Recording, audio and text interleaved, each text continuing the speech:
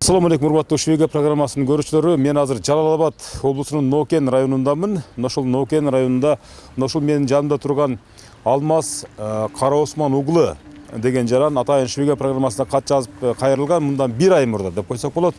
Себеп дегенде азыркы күндө өзү 2018-жылы сатып алган жер участогуна же үй кура албай, жада калса ушул ажатканада сала албай, кыскасы убар экен. Ал арада абдан көп соттошуу болду тараптар ортосундачы. Мисалы үчүн 1-чи, 2-чи, 3-чү жогору соттун да чечимдерин кармап алып туруп, мынтип түнү күнү чуркап жүргөн ушул экен. Демек арадан 7 жыл өттүр. Анан мага берген маалыматына караганда сатып алуучу дагы ушул тиги талашкан тараптардын бир тууганы болгондуктан, бирок ал ушул соттордон тескерисинче ушул Алмаз мырзанын жери чечилип калсын деген эле өңүттө ал дагы кошулуп ташыл аракет кылып атыптыр. Ошол эле мезгилде ошол сатып алган бир тууганынын дагы агасы дагы ушул Алмаз тарапта экен. Ооба, чындыгында биз сатканбыз. Бул менин карындашыма белекке берген жер болчу.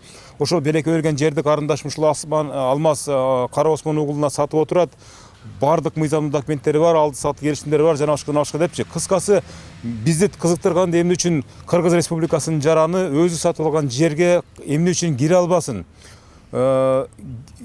Киргенге чейинки соттук экинчи маселеде бул кириш үчүн соттук инстанциялардын аракеттери да мына ушул тарапка чечилип отурса, мага берген маалыматына караганда, факт иретинде кагаздарын көтөрүп келип отурса, эмне үчүн ушул күнгө чейин ошол жерине кирип барып, же бир даана бак тиге албайт деген кызыгуу менен мен ушул Нокен районуна келдим да.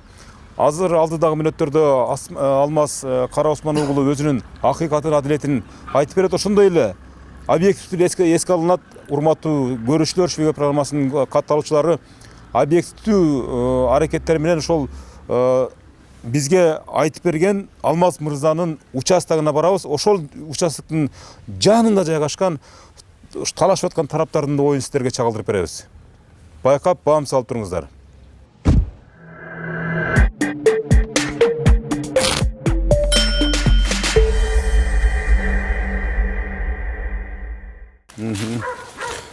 Азыр бул үйдө ким жашайт берди азыр? Бул үйдө ошо мени 9 жылдан бери нары алып барып, бери алып келип жүргөн Эргешева Шахсанамган, анын кызы Бахрамжан кызы Хуршида, анан агасы бар, Шадманов Бирликбай деген. Ошолор жашайт ошо үйдө. Азыркы күнгө чейин мага тынчтык бербей, же соттордун токтомуна баш ийбейт, же аныктама чечимдерге баш ийбейт. Билбедим каяка барып жалдырашты деле билбей калдым. Бир мыйзамды сыйлаш керек да. Кыргызстан жараны болгондон кийин. Кыргызстандын мыйзамы менен жашаш керек. Бул эмне деген ушундук? 9 жыл элестетип көрсөңүз, 3 жолу жогору барбаган жерге калбады. Какпаган эшигим калбады. Буну азыр сиз канчанчы жылы сатып алгансыз бу жерди? Мен бул жерди 2018-жылы апрелдин 14-ндө сатып алгам. 2018-жылы. Буну кызыл китептеги жер сиздик, а? Ооба, ушу 6 сотик жер. Келиңиз, биз келебиз. Биз ат жөнүбүз мамлекеттик канал, Өмүрзак Азимкулов Швега программасы. Бул жак Алмаз деген жаран арыз менен кайрылган экен бизгечи. Арыздын негизинде келдик. Бул жер меники деп атат. Биз мамлекеттик каналбыз. Элдин арызы менен келе беребиз. Сиз да мамлекеттин жаранысыз да, туурабы? Бул эженики, мисалы, азыр бир аз мындай шашпай сүйлөп бериңиз, да? Келгиле. Жакшы отуруп Келin, beri karayız beca. Siz gele öğrenci, siz bilesiz de meselen çocuğuna misal, şunu ayıp verin çıkanım, şunu Almaz degen jaran ayıp ötat misal için, bul yer meniki de ötün, kızıl kitap verseniz kızıl kitapta. Özünüz tanıştırıp atasın, men de ayıp öteyim. Sizlerge azır video съемка kılganı, разрешение менен келдиңерби? Buna kızıl kitap Men var. şunu atam, kızıl kitap. Разрешение hiç kaçan biz kimden sizden alaylı разрешениені. Siz kimsiz bu yerde? Işte arestовать etilgen jerde oşon üçün. Bunu kızıl kitap ne? Bu özür şeyi oldu bu. Men özü Men sizge geldim oşonun için mınaki uyuңuzбу sizdiki? No masele тура эмес, ошол жабыр коюң сиз. No masele Siz тура ошол эмес. видео ролик кылыштан мурун, вопрос задавать этиштен мурун сиз сурашыңыз керек да биз Кимден сурайм мен? ошол биз айтып атам го. Мен келдим го үйүңүздүн алдына. Сиз карап турсаңыз, сиз ошону келип менден Мен амал сурашыңыз сизден керек. сурап атпайм, ошондон сотко барайын деп атам Сиз анан. мен билип атам сурап атканыңызды. Сөз бересизби мага деле? Жооп Мен бербейсиз сизге анда. айтып атам. Мен сурооюмду берип алайын Берип биринчи. алыңызчы. Сиз видео ролик кылган разрешение Видеоролик эмес, сурадыңызбы бул деп Швейга атам. мамлекеттик программасы. Ошо программага деле сиз разрешение сурадыңызбы Мен деп кимден сурайм? Сиз эч кимден сурабайсыз. Кимден сурайм мен? Арыз жазып келсеңиз мен деле буяка келе берем. Азыр бул Бишкек Эже, шаарында сиз мындай кылыңызчы, мени сиз мындай териштирүүгө албай, өзүңүзгө жооп бериңчи. Бул жер сиздикпи, сиздик эмеспи? Жер биздики. Кантип сиздики? Жооп бериңчи ошого. Мисалы Жер үчүн кызыл азыр китепти өкмөт- качан саткан элеңиз? Эмне болгон эле бул адам тааныйсызбы, тааныбайсызбы? Мен бул кошуна болуп жашайт биз. Оны Ошону жакта. айтып бербейсизби? Шашпай айтпайлы, алынбайлы, айтып бербейсизби? Биз деле бул жер жообузду алайлы. караң, бул жер азыр Бишкек шаарында көрүлүп атат, билесизби? Качан болду эле окуя, ошону айтып бериңчи. Качан Кайсы болду эле? Мына ушул алды сатты келишимдери, бул алмаз Биз- сиздерден бизге кантип сатып алган, ошону Биз суроо. саткан жокпуз, биз сатканын деле билбейбиз. Ошону Бул башка айтсаңыз. бирөөдөн алып алган. Бул биз Кимден алган? Өзү билет ошол. Кимден алган болсо жазылып бар. Эже, мындай да, сиз журналист суроо берет да, биз милдетибиз. Бул биздин ишибиз да. Биз көчөдөгү блогер эмеспиз. Биз журналистпиз. Сизден блогерлер келген болсо. Мен ал блогерлерди тааныбайм мен. Ооба, мен уктум. Мага чейин деле бир жолу көп чагылдырыптыр. Анан сиз мындай кылсаңыз, ачуу калтырбаңыз. Бул журналисттердин иши. Суроо бергенде жооп берип коюш сиздердин милдетиңиздер. Жооп бербей деле койсоңуз боло берет.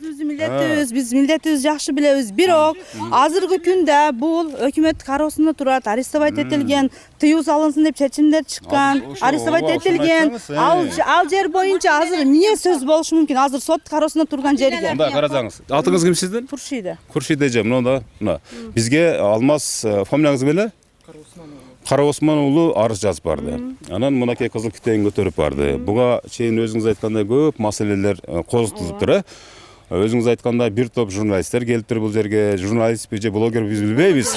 Анан кийин бизге мамлекеттин жараны катары элдик каналга, мамлекеттик каналга сиз деле арызданып барсаңыз болот. Анан арызды карап, жетекчилик бир сыйрамда алып туруп, маселенин чоо жайын жерине барып иликтеп келгиле деди. Мисалы үчүн биз бул жаранды барып алып туруп, ЛТРдин же болбосо биздин ишкананын алдында тиги суроо берип жооп алып анан интернетке же болбосо биздин каналга жайгаштырган жокпуз да. Биз мынакей как раз Алмаз мырзадан суразак, ошол жерде ээлер жашайт деди, ээлери, хозяиндери. Мен сатып алган адамдардын ошол жерде үйлөрү бар деди. Анан бул биринчи тарап, экинчи тарап объективдүү болсун деп биз мисалы сиздер башка жакта болсоңуз деле бармакпыз ошол жаккачы. Барып суроо бермекпиз да мисалы маселеничи. Угуп турсаңыз азыр бүтүрүп алайын. Эми мынакей баргандан кийин, арыз жазылгандан кийин, анан биз келдик да. Ошого сизге суроо. Бул Алмаз Кара Осман уулу дедиби? Ушул мырза сиздерден ушул жерди сатып алгандыгы анык барык эмеспи? Жок, анык эмес. Бул жерди биз сатканын деле билбейбиз. Жашырын жол менен булар незаконный кылып өткөрүп алышкан. Биз алганын да билбейбиз, сатканын да билбейбиз деп атам. Азыркы күндө бизди жогору сотто да Бишкекте ишибиз каралып атат деп атам. Азыр жерде 5 арест камак турат. Если келип сиз сразу эле тарткан келбестен эле сүрүштүрүп келдиңизби? Сүрүштүрүп келдиңиз. 5 камак турат экен. Билдиңизби госрегистрден? И то тыюу салынсын деп деле азыр арестовать этилген, курулуш иштери эч нерсе жүргүзүү мүмкүн эмес деп азыркы күндө Бишкек шаары карап атат. Или алып чыгып көрөйүнбү кагазды? Ал деле турат азыр. Азыркы күндө сот кароосунда турган жерге эмне кереги бар? И то ооручан, инсульт, инвалид адамдар турган жерге телевидениени алып келем деп, блогерди алып келем деп. Эмнеси негиздүү? Сиз мына ушул эже айтып атат, мисалы эч качан бул жер алынган эмес, бул жер азыр ызы-чуу болуп сотто турат деп атат да. Мисалы сиз бизге арыздануучу катары айтсаңыз, мисалы болгону болгондой мына кызыл китебиңиз турат. Акыркы жогорку соттун чечими мен жакка чыкты деп атат. Буякчы ошону айтсаңыз. Ооба, Өмүрзак байке, бул бир жолу эмес. Бир нече жолу жогорку соттон токтом келип атат. 2022 жылы 17 майда бир токтом чыгып келип атат. Эргешева Шахсанамхан эжебиз кайрылган боюнча 2022 жылы 17 майда токтом чыгып келип атат. Аны дагы бир тууган эжеси 2024 жылы карап бүткөн ишти кайра буздуруп, ал деле жогорку сотко барып келип атат. Бирок до арызлары канааттандыруудан баш тартылып атат. Баш ийбей атат. Атыңыз Мен кім? ошол ушундай атам. Бул эжелер болгону Азыр мени очередь кошуналарым. бешти Бул эжелер мени кошуналарым болгону. Мен буларды тааныбайм. Эгер бул кызыл китепте аларды бир тиешеси болсо, мен булар менен тартышмакмын да. Атайын үйгө барасың сен. Азыр мынаны карасаңыз, Азыр эми мен сүйлөймүнбү? Азыр айтып атат. чоң барбайлы ушу госрегистрге Мен баралы. барам десеңиз, госрегистр. Азыр айтып Сотко атат. баралы, прокуратурага баралы. Кыргызстан жараныны любой моментте каалаган жерде укуктарын коргоо сот органдары бар. Чынбы?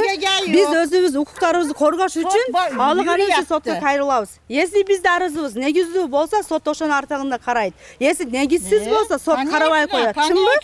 Азыркы күндө бул жерде 5 бир тууганды долясы бар. Азыр жол жайын сурап атасызбы? 5 бир тууган бар.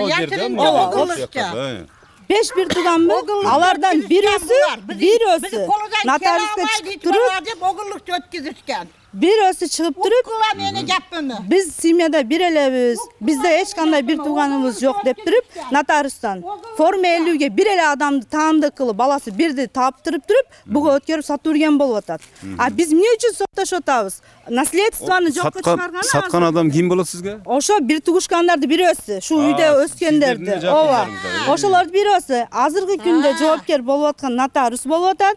Ошол өткөргөн жоопкер болуп атат. Айыл өкмөт болуп атат. Азыркы күндө каралып атканда, азыр бул айтып атат. Бизге Бишкектен чечим чыгып келсе деп атат, башка жерден чыгып келсе деп атат. Бирок бул жерде бир адамга таандык болбогондон кийин 5 бир тууган долясы болгондон кийин бешөөсү да тең укуктуу сотко арыз менен кайрылганы, долясын сураганга. Бетти жокла. Мыйзамсыз өткөрүп алды дегенге, чынбы? Сендер Ошол сиз ооба, туура. Эми ошо агаңыз эмне деп атат, ошо сатып берген агаңыз эмне деп атат? Аны о эжеси сатып жүргөн апам. Эжеси Ооба. албакта ал. Шу жерде жүрөт, оны баласы кетип атат берет. Ол эми алдыдагы сиздин кадамдарыңыз эмне кыласыз эми? Мен киргизбейм, жизнь киргизбейм. Мен сот киргизбеймин. Бул жерде керек болсо мен өзүм үй салам. Менин балам бар, мен күйөөм жок, жашайм. Бул жерде апам, ушул жерде 30 Mana meni uy joyim yok.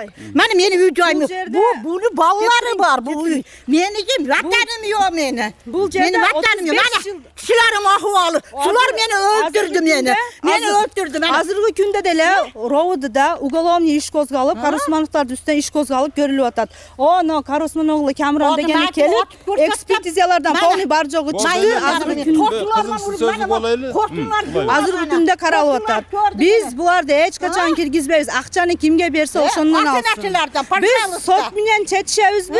Бизге мыйзам аркылуу президентке чейин Meni oteyini eşidim. Барып качанга чейин чындыкты чыгарып берип, биздин жерлерибизди бар жогубузду ажыратып бербегиче биз жеткен жерибизге чейин барабыз. Акчаны кимге берсе ошондон алсын, пусть ошондон разбирать этсин. Жерди алып атканда кирип, мен могу жерди алып атам, силер бир тууганыңар сатып атабы деп сураган жок. Мына видео көрүп атасызбы? О сарайда адам отуруптур мына. Ошо сарайды жамбаштай там ушунун үйү болот, өзүнүн үйү болот. Bir oguz toragay yok. Токтоп туруң. Bir oguz toragay yok. Если бул башка журттан келип калып, базар койгонбу, жалабат, бир жерден келип калып, мен билбей алдым сени жериңи десе, ал другой дело болот. Чынбы?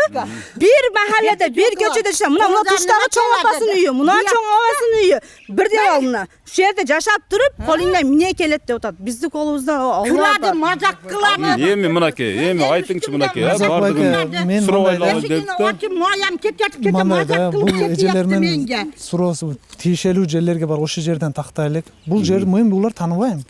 Мен мага саткан аял башка. Ошол эжени бир тууган эже саткан мага. Vatanınga бар, Мен пошел. булар тааныбайм. Сен бар ошо. Бар ашакка бар. Булар самый главный. Сен ошончо. Мына ошо кылып аткан изучуулары 9 жылдан бери мен тажадым да. Кааласаң 100 Шу жыл болот. көчөгө коомдук жайларда изучуу кылып, мына өзүңүз мына өзүңүз күбө болуп аткандай. Азыр мени өлгөн Kuşkan var bir yerde. бабушка, дедушкаларым калбай атат. Оозго азыр ону жерде жыяны турат, наркоман, наша чекет, пажа чекет деп. Буга бир чара көрүлөбү? Буларга Ekspertizelerden. Yaxşı bolsan Bu участка satılır ekan de men eshitdim. Bunu egasini uyiga kirdim. Sot yerni satasizlar ekan, nima olsa menga sat dedim. Bo'pti dedi. Satdi. 700 ming aqchani berdim bularga. Sanab nima qilib turadi? Yo'q, gapirayotganda indamay turgin. Жок, сүйлөй бериң, сүйлөй бериң. Kasam holluk kılıp. Bularni nima qilib bitdim? Bu 18-yildan beri mana 9 yil olyapti. Sotma-sot oladi. Sotlarga bo'pchi bosh egmayapti. Решениялар chiqarib beryotadi. Sen deydi sotdi deydi, sotib olgansan deb har balalar. Manezdan beg'ali o'ta olmayman talaga. Oy, turib o'yinga tushadi, qiyqiradi, so'kinadi, quloq solmayman ki o'tib ketaveradi. O'tolmay qolganda Nevaralar bo'pchi maktabda o'tamay qoldi. Mana qaz ketadigan bo'ldi, nevaralar. Mana so'ki o'tib har o'yga solyotadi. Mana uradi bular. Nalog'ni to'lab kelyotadi 8 yildan beri. Musorni akçasını to'layotamiz. Mayga bo'pchi kirgizmayapti, ishiga kelsa mashinani tagiga yotib olyapti. Mana RVD'dalar kelgan 6-7 uchastkolar keladi deydi bu soda. Har bittasidan o'chirtma yozib, mana 9 yildan beri oxirgi. Bishkekdan ham keldi, решение chiqdi. Nizamsiz algan o'shonday O aldı. Sen deydi sotga deydi, sotib olgansan, sotdi deydi, akçasini bergansan sen deb meni har o'ylarga soladi. Qani men sotga akça bergan bo'lsam, menga dokazat qilsin, meni bo'ynim qo'ysa, menga naказание bersin. Жүріңіздер, emin onda қылайлы. Урматтуу көрүүчүлөр, биз объективдүү болсун үчүн биз бул ушул жерге келдик.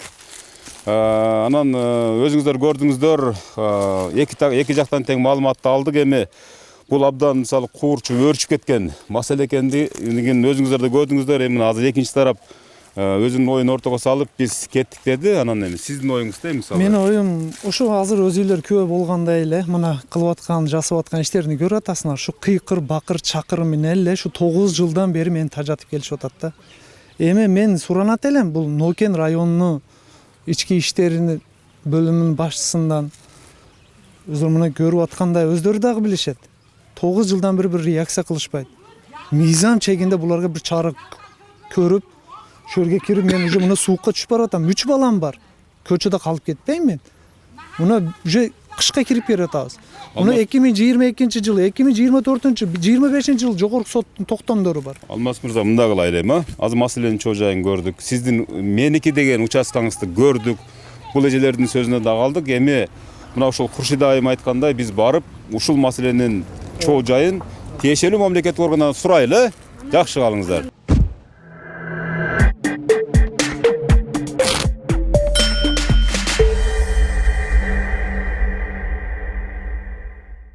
Урматтуу көрүүчүлөр, биз эми азыр жанагы жерден чыккандан кийин биз азыр ушул Алмаз мырзага саткан адамдын үйүнө келдик, жердичи.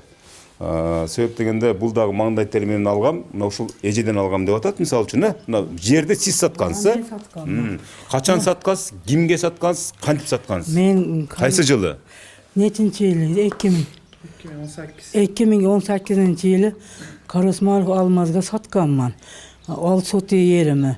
Kızıl kitabım var benim kolumda. Kızıl kitap boyunca bu koşnumga men satkanman. Yerde şu satkanımdan beri şu galiba topalan men öz yerim özümü yerimge özüm egemenmen. 6 sotik Ол жерди siz kayaktan algaz, kantip algaz? Meni opamdan menga ötküz bergen. Bu kızımı eri yok, mali şu yerge uy solasın dep. Men uy solishga harakat qildim. Solay dep kirsam topalan qilib oldiga solib, kovalab, baqirib, chaqirib haydab chiquvdi. Ilojim yok. Qayerga boraman? Uyni bu qo'shnimga sotib berdim. Bular pazar. Qanchaga sattınız ele? 700 mingga sotganman. Qanchancı yılı? Nechinchi yil edi? Esimden ham chiqib qoldim hozir. Ha? 2018-yil sotganman-da bu bolaga. Bular 700 ming so'm bergan. O'sha sotganimdan beri bularni kirgizmay, to's to'palan qilib, bu meni yerim deb zo'rlik qilyapti. Fazakon bo'yicha, qizil kitob bo'yicha haqqi bormi bolani? U yerga kirib uy solishga? Siz bu ayaldan algansız, ha? Ооба, мен Ашурова Шамшхан эжеден 2018-жылы апрель айында сатып алганмын. Тагыраак апрелдин 14-ында 700 миң сомго. Мыйзам чегинде барып, госрегистрге барып, мени атыма каттап берген кызыл китепти, анан мен акчасын эсептеп бергенмин. Андан кийин мен шу ограждение тосойн деп кирсем, тиги жактан уже сот иштери башталды, бири-бирини сотко берген, агасыны өзүнүн. Бул эжени бир эле агасы бар, Шадманы Бирликбай. Ата энелер каза болгондон кийин мурас Шадманы Бирликбайга калып атат да. Ал сот деген дарение кылып, дарение кылып өткөрүп берип атат өзүнүн бир тууган сиңдисине. Кой сен эч каяка чыкпачы, ушул жерде биз менен чогуу жашачы, үй там салып деп. Анан бул эже ушу ограждение тосуп алайын, анан курулуш иштерин баштайын деп неме кылганда тиги Эргешева Шахсанамхан, Бахрамжан кызы Хуршиделер ортага алып, бул эжени кубалап чыгып калат үйдөн. Бул эже аргасынан анан 2016-жылы дарение болуп агасынан бул жакка өтүп аткан болсо, 2 жылдан кийин мага сатып атат.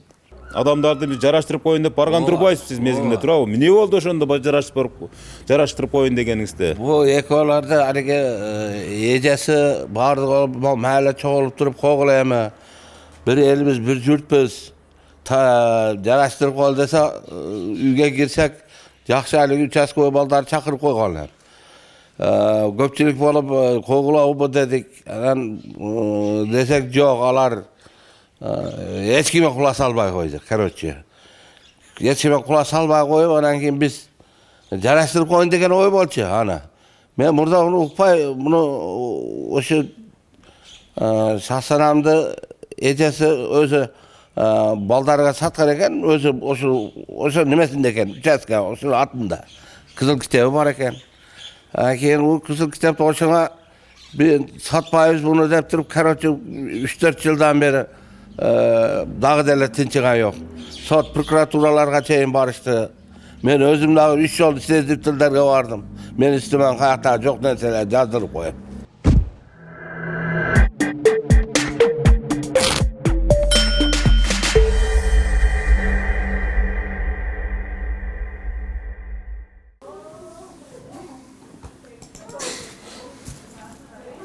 Алмазбек ким? Мен. Сен атыңда турат го. Бизден выписка албайсыңбы? Бул жерден выписка алсаң, түндүктөн деле азыр жетиштүү. Чыгып атабатың? Адам эмне проблема болот? Азыр ошол официалдуу сизден да бир өзүңүз сууп коелу дедик да. Чында мен азыр таашып чыктым. Бул бир туугандардын арасында мурас укугун талашуу жөнүндө талаш тартыш болгон экен. Бул бир нече жолу соттон каралган экен. Сот органдары тарабынан чечимдер кабыл алынган экен. Акыркы чечим 2025-жылдын 29 январында кабыл алынган экен. Мындан тышкары 2019-жылдын 14 мартында доогер Кара Осман агылы Алмазбек Сулаймановичтин ишенимдүү өкүлү Кара Осман агылы Аслан Сулеймановичтин жоопкер Шадманова Шахсанам Арыпжановнага карата келтирилген тоскоолдуктарды жоюу жөнүндө доо арызы канааттандырылган экен.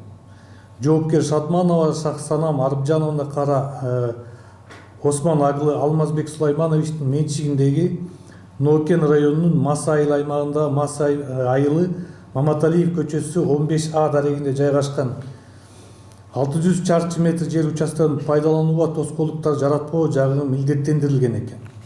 Чынында ошол мезгилден бери тараптар ортосунда бир туугандар менен акыркы жерди сатып алган адам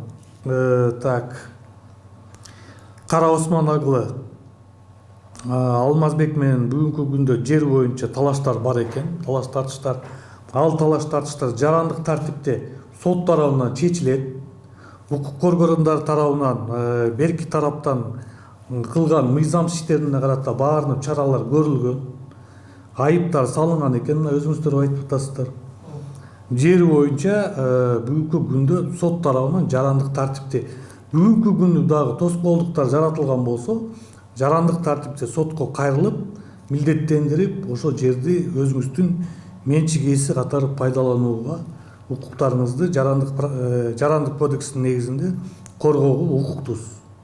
Мен эми эртең өзүмө тандык болгон участкама кирип, иш аракеттеримди жүргүзсөм, жанагы тиги аял келип, дагы эле мага изучуулар жаратып, мен аялды эми билбедим, мен сабырым калбай калды. 9 жыл уже бара турган жеримден какпаган ишим калбады.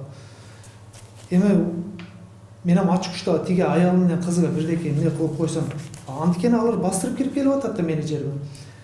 Эми мени сразу апарып откузбайсыңар да, туурабы? Эч кандай жаныдарда эмне кылбастан да. Анткени алар мени жериме басып, мен иш кылып аткан жеримге киришип келип атат. Эгер менин ачык күчтөн бирдеке кылып койсомчу тиги аял менен кызым. Сиз андайга барбаңыз. сиз 102 кызматына чалыңыз. 102 кызматы барат, ошол жерден сизден арызыңызды алат, ошого жараша чаралар көрүлөт. Ал эми мыйзамсыз иш-аракеттерге барып, аларга кол көтөрүп, аларга залалга келтирип, мыйзамда көрсөтүлбөгөн иштерге барбаш керек. Биз азыр буну ички иштер бөлүмү иликтеп такташ керек эле. Бул жигит Алмазбек мырза өзүнүн арызында да жазып атат. Азыркы күндө ага кылмыш козголуп, сотто каралып жатат. Ошого карабастан дагы деле мен сатып алган жер участкага кире албай жүрөмүн деп кылмыш козголгон болсо, буну биз азыр райондук ички иштер бөлүмүнөн бир сыйра тактайбыз. Бул эмне болуп атат? Эми албетте жардам беребиз. Ар бир менчик укугу бизде конституциянын баш мыйзамыбыз менен корголот. Алмазбек мырзага прокурор айткандай эле дагы бир жолу мен эртең же бүгүн түштөн кийинби после вас барып жеринде дагы бир көрөйүнчү бул участканы иликтеп азыр роду менен да тактаймын. Эмне болгон, кандай болгон. Рас өзүнүн жеке менчик укугу болсо ким ага эч кимдин ага тоскоолдук кылган укугу жок. Ал жерде мыйзам ченемдүү гана иш кылат турган болсо бардык укуктары бар колунда. Биз ага албетте жардам беребиз. Мыйзамга баш ийип жашайм да. Мыйзам бар, мен мыйзамга таянам. Мен айтып атам, макул. Анын адвокаттары келди. Рободого кирдик, начальник рободого кирдик. Текширгиле дедим. Кызыл китепти бүт бар текширге, чечим, токтомдор текширге. Эгер мыйзамсыз болсо, подпись мыйзамсыз болуп калса, мен шу кызыл китепти ошо аялга берем, тиз чөгүп, кечирим сурап чыгып кетем. Унчукпайм. Текширишти. Бүт бар мыйзамдуу. Бул 7 жыл мен табаным тешилди да, какпаган эшигим калбат да. Чынын айтайын. Жок, ооба, бирок Ноке районубуздун органдарга мен аябай ыраазымын. Соттор иштеп атат, мыйзамдуу иштеп атат, прокуратура, роводу, бирок действие жок да.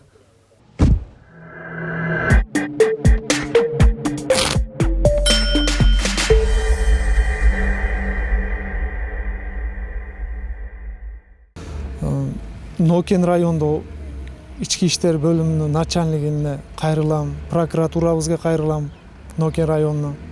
Мага ушу көзөмөлгө алып бир жардам берип коюшуңарды суранат элем. Тиги аялга бир мыйзам чегинде чара көрүп беришиңерди суранат элем силерден.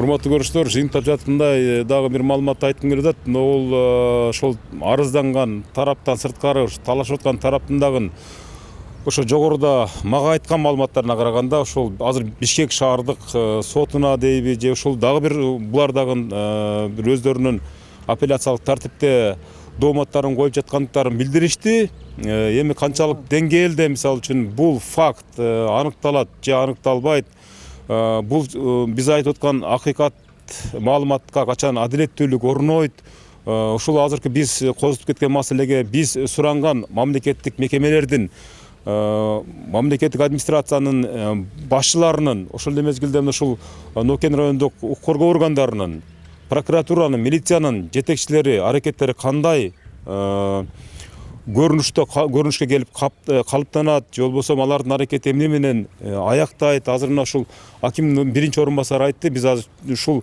түштөн кийин эле барып туруп жерине барып тактап бүт баардыгын бир чечимге келтирип тарапташтар менен жолугушабыз деди. Ал маселелер кантип аягына жетет. Анан ошол эле мезгилде бул маселени чечкенден кийин биз ушул мамлекеттик органдардан дагы коңгуройтунда айттык.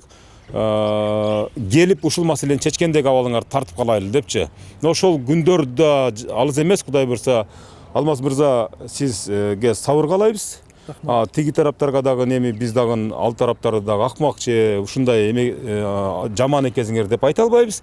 Алардын дагы өзүнүн чындыгы, сиздердин да өзүңүздөрдүн чындыгыңыздар кыскасы мына ушул маселеге чекит коюлсун деген максатта биз программа менен жыйынтыктап турабыз азырынча. Анан маселени убакыты көрсөтөт. Жакшы туруңуз. Рахмат сиздерге. Жакшы туруңуздар.